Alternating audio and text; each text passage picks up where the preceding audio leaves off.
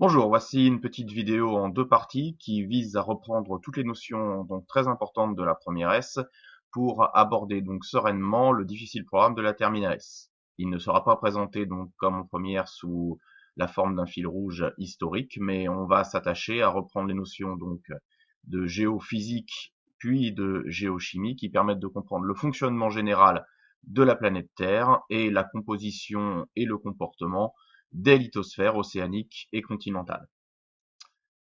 Alors, ce qu'il faut commencer par bien comprendre, c'est que la Terre, donc, c'est une planète dont l'intérieur est chaud.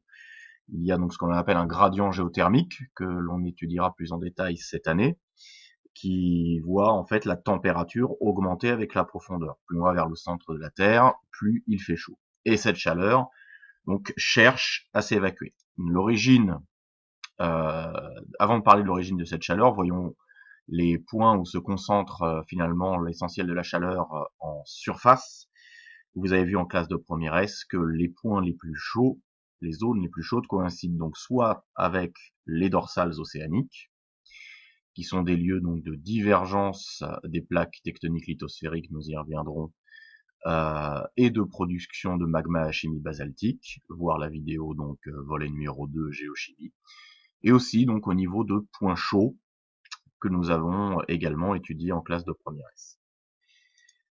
Et c'est cette chaleur qui finalement, l'évacuation de cette chaleur qui est à l'origine du mouvement général de ces plaques lithosphériques, sur la définition desquelles nous allons revenir. Donc la Terre est une planète qui est géologiquement active, c'est-à-dire qui bouge, car elle est encore très chaude dans son cœur.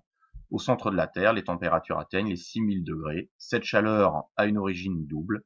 La chaleur donc qui provient de la formation de la planète par rassemblement, agglomération, ce qu'on appelle l'accrétion donc des météorites, mais aussi, et nous détaillerons ceci cette année, elle est entretenue, cette chaleur, par les désintégrations radioactives qui ont lieu donc à l'intérieur du globe, en particulier dans le manteau.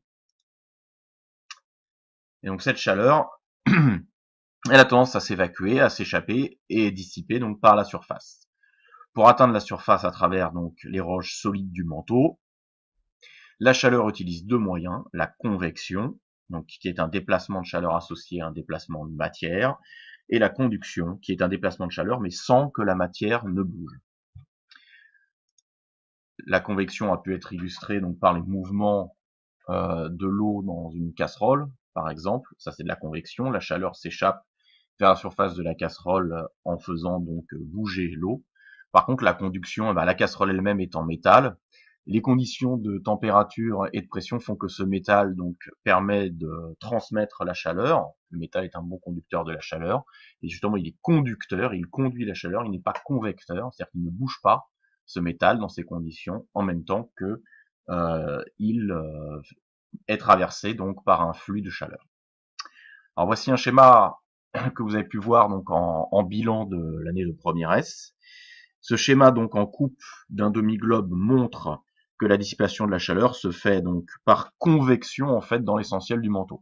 On voit ici les mouvements de convection et on a insisté sans doute sur le fait que ces mouvements de convection, la majeure partie de ces mouvements de convection, c'était la partie descendante qui est en fait la chute de matériaux froids vers les profondeurs, donc les très grandes profondeurs, on a découvert il y a peu, du manteau terrestre. La remontée de chaleur se fait aussi, mais l'élément principal, le moteur principal de la convection terrestre semble être les mouvements donc de chute de matériel froid depuis la surface, de lithosphère froide depuis la surface, que l'on appelle la subduction. Il y a aussi donc des mouvements ascendants qui coïncident avec les dorsales, donc qui sont les zones en surface les plus chaudes, de dissipation de la chaleur interne, et aussi, comme on le voit, et comme on l'avait évoqué, les points chauds. Donc très important, la dissipation de la chaleur se fait pour l'essentiel du manteau, pour l'essentiel de l'épaisseur du manteau, par convection. Sauf donc ce fameux manteau ici représenté en vert sous la croûte continentale, et en vert foncé ici sous la croûte océanique, qui est sous la forme d'un fin trait brun ici, qu'on appelle le manteau donc supérieur lithosphérique, et qui a un comportement de conduction de la chaleur, c'est-à-dire qu'il ne bouge pas, il ne transmet pas la chaleur en tout cas en même temps que que sa matière flue, il va la conduire. En fait, la grande différence entre la lithosphère, donc qui se trouve être les niveaux vert foncé plus marron, donc la croûte plus la partie solide et rigide du manteau supérieur, et le reste du manteau, finalement, c'est que celle-ci est rigide et va conduire la chaleur, alors que le reste peut, pour des raisons physiques complexes, convecter cette chaleur. Et donc, ce qui est important, c'est que tous les mouvements, en fait, que l'on observe en surface, et tous les phénomènes, et même toute la production de roches observée en surface, la création notamment de basalte au dorsal, seront une conséquence directe ou indirecte de la dissipation de la chaleur interne du globe en surface. La Terre, on peut la décrire d'un point de vue physique sous la forme d'une machine thermique. Alors cette distinction finalement entre la surface lithosphère et le reste du manteau qui est convecte, on peut la mettre en évidence donc de manière indirecte, sismiquement, c'est une des premières choses que vous avez faites en première S. On s'aperçoit que bon déjà ce qu'on appelle la lithosphère est un ensemble mixte, c'est-à-dire qu'elle est formée d'une croûte ici et d'une partie donc qui est chimiquement différente, qui est le manteau supérieur lithosphérique, qui se trouve donc dans cet intervalle-là. Donc on observe une accélération progressive puis brutale sous les continents environ une trentaine de kilomètres de profondeur. C'est la discontinuité entre la croûte et le manteau supérieur lithosphérique. Cette discontinuité, donc cette surface de discontinuité est appelée discontinuité de Morovičić. C'est la seule, a priori, que vous connaissiez et que vous ayez à connaître vraiment. Mais en dessous de ce manteau lithosphérique rigide, on observe donc une zone de ralentissement des ondes. Alors c'est une zone parce que là, il n'y a pas de discontinuité, il n'y a pas un changement brusque de la vitesse. Et cette zone marque le début en fait du manteau qui est capable de convecter la chaleur et non plus la conduire, et qui est un manteau donc à comportement ductile, c'est-à-dire qui est capable d'accompagner le mouvement, au moins donc pour sa partie haute. Et c'est en fait cette ZMV, zone des moindres vitesses, vous avez pu peut-être appeler aussi Low Velocity Zone, ce qui veut dire la même chose à peu près en anglais, marque aussi le début de l'asténosphère et de l'asténosphère ductile.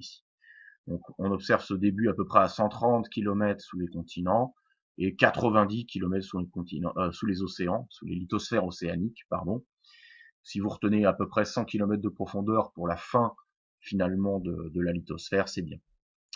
Également, cette séparation donc lithosphère ici et asténosphère, elle va correspondre en fait à une limite thermique, encore une fois, qui est l'isotherme 1300 degrés. L'isotherme 1300 degrés, voilà, qui se trouvera ici, donc à la jonction entre la lithosphère et l'asténosphère. Donc ce schéma, vous devez a priori le connaître parfaitement, au point de normalement pouvoir le restituer au moins dans sa partie supérieure. Voilà, voilà. Donc, vous devez savoir la reproduire, en particulier donc savoir que la lithosphère est donc la couche conductrice de chaleur est hétérogène, formée du manteau donc supérieur lithosphérique rigide, voilà, donc toute cette épaisseur-là, donc en vert clair, et de soit la croûte continentale en rose ici, soit de la croûte océanique en violet. On a entre les deux, donc, qui séparent donc brusquement ces deux niveaux formant la lithosphère, la discontinuité de Morovičić à 6 km à peu près sous les océans, à 30 km en moyenne, et donc parce qu'il y a des hétérogénéités de profondeur assez grandes, nous en parlerons lorsque nous attaquerons le programme de Terminal S, beaucoup plus importante que, que pour la croûte océanique. Donc B ici correspondrait au manteau finalement supérieur, avec I la zone des moindres vitesses, la zone de ralentissement des ondes, et J donc la fin de la sténosphère, où donc la densité et la rigidité donc reviennent progressivement, mais on est toujours, aussi bien d'ailleurs dans B que dans C, dans quelque chose, dans un manteau qui est capable de convecter, c'est-à-dire de transmettre la chaleur en même temps que de bouger, en même temps que d'accompagner la chaleur par un mouvement.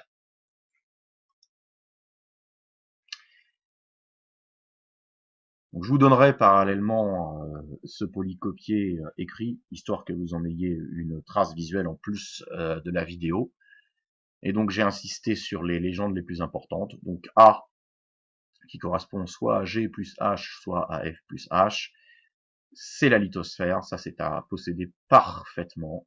Elle est comprise entre la surface et une profondeur approximative de 150-130 sous les continents et 90 donc sous les océans. Elle correspond donc ensuite la frontière entre la lithosphère et la sténosphère, donc correspond à une limite thermique, l'isothermie de 300 degrés.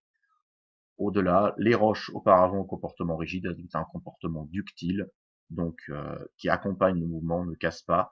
Ductile comme dans conducteur, comme dans aqueduc, qui signifie le guide en latin. Dux, ducis, par aqueduc.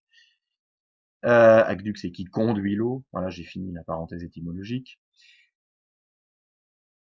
Et donc, du début de la sténosphère, comme je le disais précédemment, ici, jusqu'au manteau inférieur, jusqu'à la base du manteau inférieur même, le manteau donc peut convecter. Ça, c'est extrêmement important. Ensuite, là, ici, il y a des petites données de densité, donc qui relèvent de la physique et de chimie sur lesquelles on reviendra. Mais on va déjà en dire un mot. Donc, pour mémoire, le mot, on en a déjà parlé. Et ce mot donc est une discontinuité chimique qui sépare la croûte océanique de chimie basaltique de densité 2,9 et le manteau supérieur lithosphérique rigide de chimie péridotitique et de densité 3,3.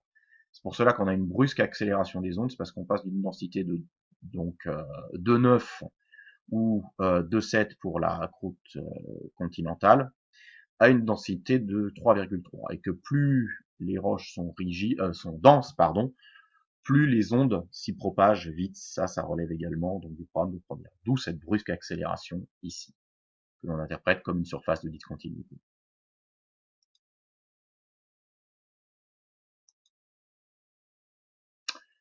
Et voilà, il ne reste plus qu'à attaquer la partie géochimie.